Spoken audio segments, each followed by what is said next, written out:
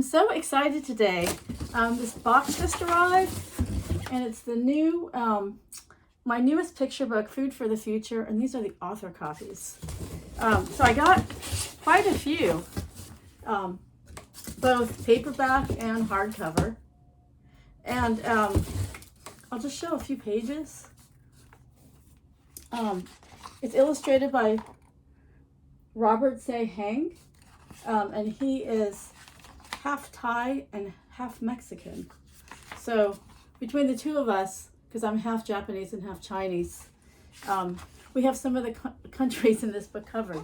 So I'm going to start with this page, which shows so basically this book is sustainable farms around the world. And this page shows the salt farms in Kauai. And I actually have something special because these salt farms, they don't sell the salt commercially, and it's only harvested by indigenous Native Hawaiians.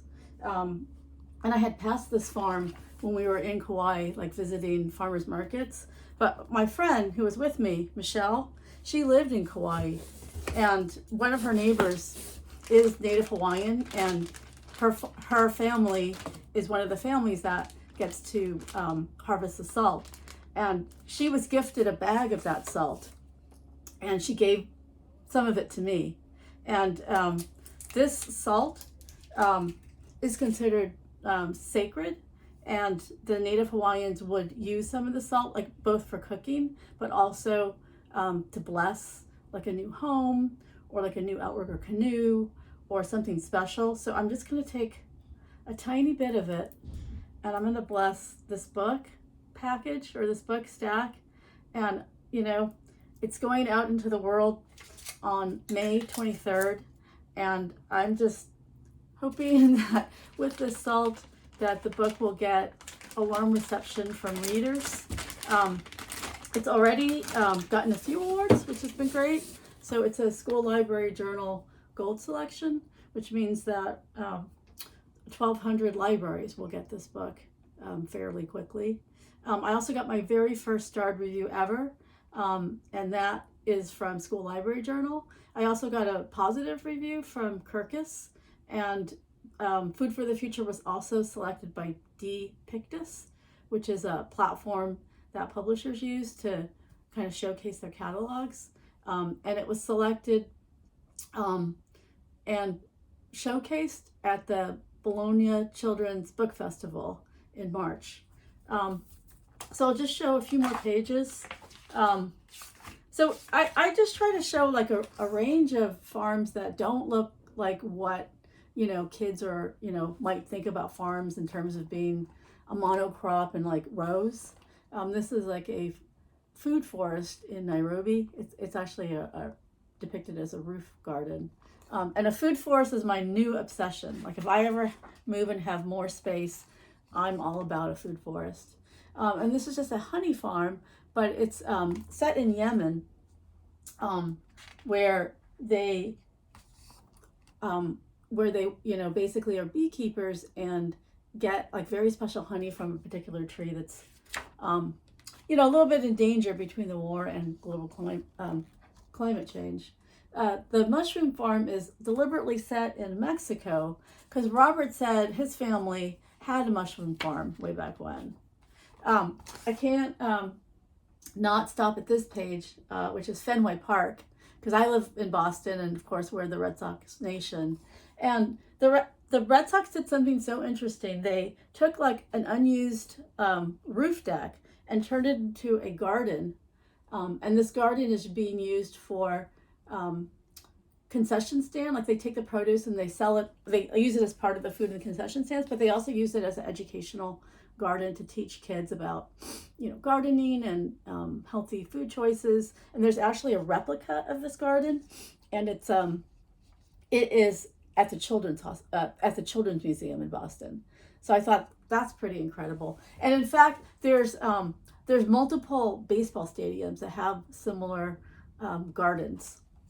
I'll just do a few more. Oh, this one was I wanted to highlight indigenous practices, and this is let me see if I say it right, the Enawene Nawe, and these are people that indigenous people that live in the Amazon rainforest in Brazil.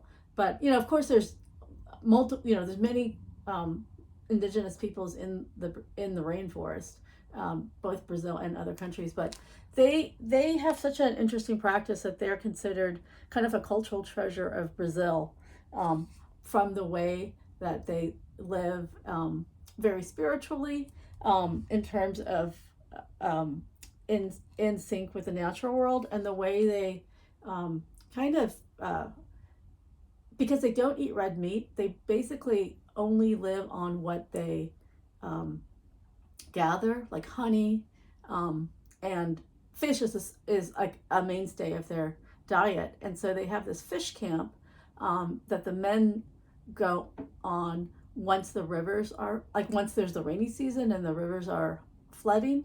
And then when the waters recede, all the fish kind of go towards their spawning spot. And after they spawn, they build this dam of of sticks, that's embedded with these sort of hand-woven fish traps. And then they catch the fish as they come back from spawning, and they smoke it, and that's their food supply for the year. But their way of living is endangered because of basically like a series of dams that are being built. But it's in a sense like a kind of a natural fish farm, because a lot of the fish that they catch they don't grow in captivity.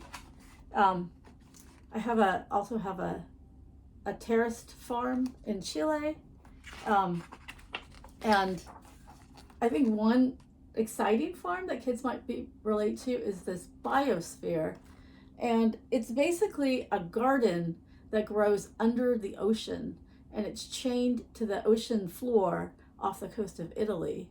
And something interesting about this is that it basically recycles salt water into fresh water, and they're growing like strawberries and herbs, and they're finding that like the herbs like basil and other kinds of herbs have like a much stronger potency. And what is exciting about this technology is that it can be used like in other types of areas where you have to grow sort of in your own enclosed, ecosystem, such as other planets. Here's another farm that came out of the COVID lockdown, and it is in Senegal, where they are growing these circular farms, and it's to fight against desertification of the Sahara Desert, just kind of growing and growing because of global warming. And what is interesting about growing crops in a circle is that they can shelter the crops with sort of like a windbreak around it, but that the plants send all their roots to the center of the circle, and that makes watering them more efficient. So this book also has a back matter page that talks about what is sustainable farming, and what is food justice, and it has a map of all the countries that are in the book. And then we have kind of like breakout by each type of sustainable farm, with all kinds of interesting facts about why it's sustainable and like what I think was so interesting about it. And so there's like several pages of those. And then, excuse me, and then we have an author's note at the end. So anyway, Food for the Future comes out again May 23rd, 2023. I'm also giving away seed packages. And so I just made these like just basically just a pinch of milkweed. And so milkweed is what the monarch butterflies need to both in their migration and also just where they lay their eggs.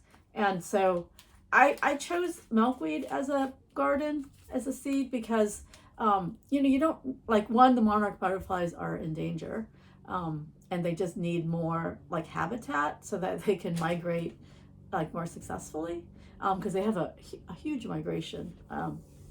I think it starts like in Mexico or even below. But also, like, you don't have to have a garden or a plot to do this kind of, to start this little garden, because the milkweed is basically so easy to grow. You can throw it into like any kind of patch of dirt, like in front of a school or in a park, or even like in a crack in a sidewalk. It just needs to be covered with a little bit of dirt, and then it's, it doesn't have to be watered, and then you're supplying habitat for the monarch butterflies. So I'll be giving away these little seed packs, and I hope that anyone who's hosting like a book club or a teacher using it in the classroom, I'm happy to supply enough for everybody. So thank you so much for watching my unboxing. I have about a dozen books, mostly hardcover, but I'm also going to be giving away 100 books total, just to anyone who wants to review my book. So thank you so much for watching, and wish me luck for Food for the Future. Let's hope the sacred salt from Kauai does its mojo.